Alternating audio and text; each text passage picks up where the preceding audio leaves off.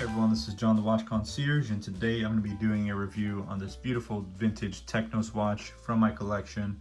This is the Technos 498312. That is the reference number given on this case back here. So not familiar with this model since there's not much information I could find out there online. I got this watch out of a dealer in Spain through Chrono24. And there wasn't that much regarding the year that it was made or more about the history of this watch. It just had the information regarding the movement, the case size, things like that, but not the history and when it was made and who were the previous owners, etc., etc.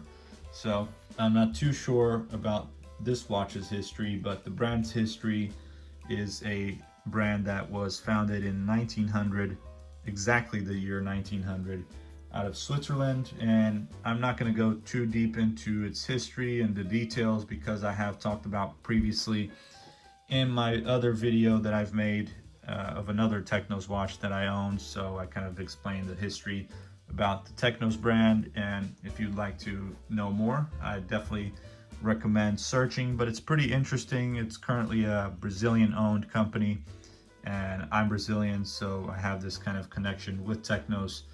My dad also owns a Technos watch, a popular model, which is called the Skydiver, and that's one that I think they still sell and kind of make newer versions of it, but still with the classic design of the Skydiver model.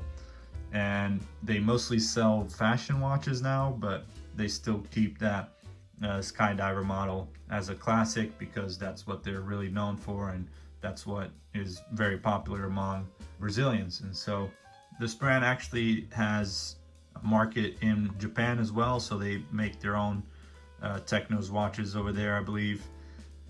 They have their own different models compared to the models in Brazil, but this one is the Swiss-made model, so it is a vintage piece back when they were still made in Switzerland. So it's this is mainly what I'm kind of hunting for, are these vintage Technos watches from the period when they were still made in Switzerland. The condition of it is still really good. You can see there's a few scratches here and there, but nothing too serious, just kind of that vintage worn out look, but nothing extreme. The hands has that vintage look to it with a little bit of rustiness going on there, which adds the charm to this vintage piece. But the case, I believe, is actually made out of bronze, so it's gold plated bronze case with the stainless steel case back. I believe the hands are also bronze, so they're gold plated bronze, as well as maybe the numerals here around the dial. Clean looking dial, doesn't have any patina going on there, so it still has a eggshell white color to it and looks really good. I like that the plexiglass doesn't have any noticeable scratches, at least, because with the plexiglass you can see the dial very well and very clear. You might notice a few little scratches, but nothing that will ruin the look of the watch, which sometimes you do get when you have these vintage watches that have just a really scratched up plexiglass. And that's the downside to having these kind of watches that don't have sapphire crystal on it. The case size is 36.81 millimeters, which is a great size for me. And I'm not too sure on the thickness, but as you can see, it's pretty thin. So there's this domed plexiglass, which adds a little bit to the thickness, but the case itself is very thin. And I do like how these lugs kind of come down like this. They look very long, but because they come down, they don't add too much to the size. So the lug to lug size here of the case is 44.84 millimeters, which might be more compared to maybe other vintage watches, but I think it's a decent size. And because the case size is already so small due to it being a vintage watch, so 36 millimeters, that's usually the typical size for a vintage watch, and I'll show you here how it looks on the wrist. But the good thing is that the lugs don't extend out too much, which can affect the look of the watch and the size. So this is how it looks. I probably should tighten it a little bit more. This is not my favorite strap here. It kind of feels plasticky, even though it's apparently supposed to be leather. But it's not the best quality. Just kind of, yeah, there you go. Okay, finally, it's hard to just get it through. It's not the most. It's not the best quality leather strap. But here's how it looks. It does look good with the watch, and you got this buckle here, which is not apparently not stainless steel. It's just a aluminum buckle.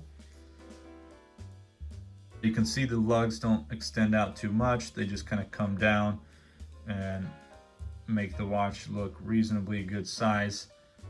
Not too small and not too big either. So it's a perfect size for someone that has a small wrist like I do. So the movement on this watch is the AS1130, which is a very common movement amongst military watches back then, in the 50s, I think, or maybe earlier, maybe 30s or 20s perhaps. But I'm not too sure exactly when this watch was made. So as I mentioned, there's no information regarding the year of this model, but I would assume it's probably from around the 50s or so. And it beats at 18,000 beats per hour, which I believe is common among other vintage watches. Of course, you don't really see nowadays any watches beating at 18,000. Usually it starts at 21,600 and then kind of just goes up from there, depending on the model and which brand you're looking at. But it's a fantastic watch, keeps accurate time so far. It is manual only, but apparently there's a power reserve of 41 hours. So if you have it wound all the way to its max, it should last 41 hours, maybe less, because it is a vintage piece. So it's a beautiful dial, and I just love the simplicity of it. So it's just a great little watch to have. Now, going back to this leather strap, which I thought it did say genuine leather, it's actually feeling more and more like it's just synthetic, because as I mentioned, the quality doesn't feel, just feels kind of plasticky. It doesn't feel like proper leather, and there's no stamp here saying genuine leather, so there's a good chance that it's not. So that's unfortunate, and of course it's not the original strap that came with the watch, so I'm not exactly sure what happened to the original strap, but it's likely that it just got torn up and wasn't wearable anymore. So we'll have to deal with this. If I might change it, who knows. But I usually like to wear straps until I really think it's time to change, and when it's torn up and everything, or if it just looks really bad with the watch. So I'd rather have something that matches better. The black with the gold works fine.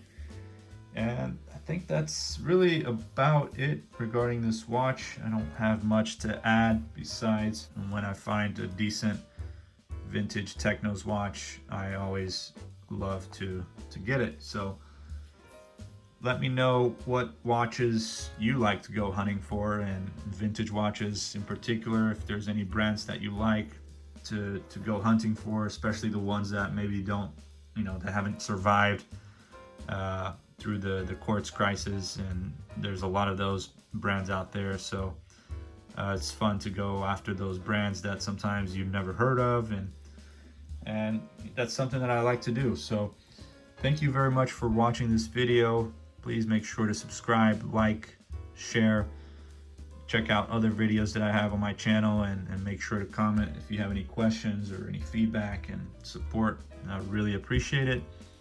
But I'll see you guys next time. Take care.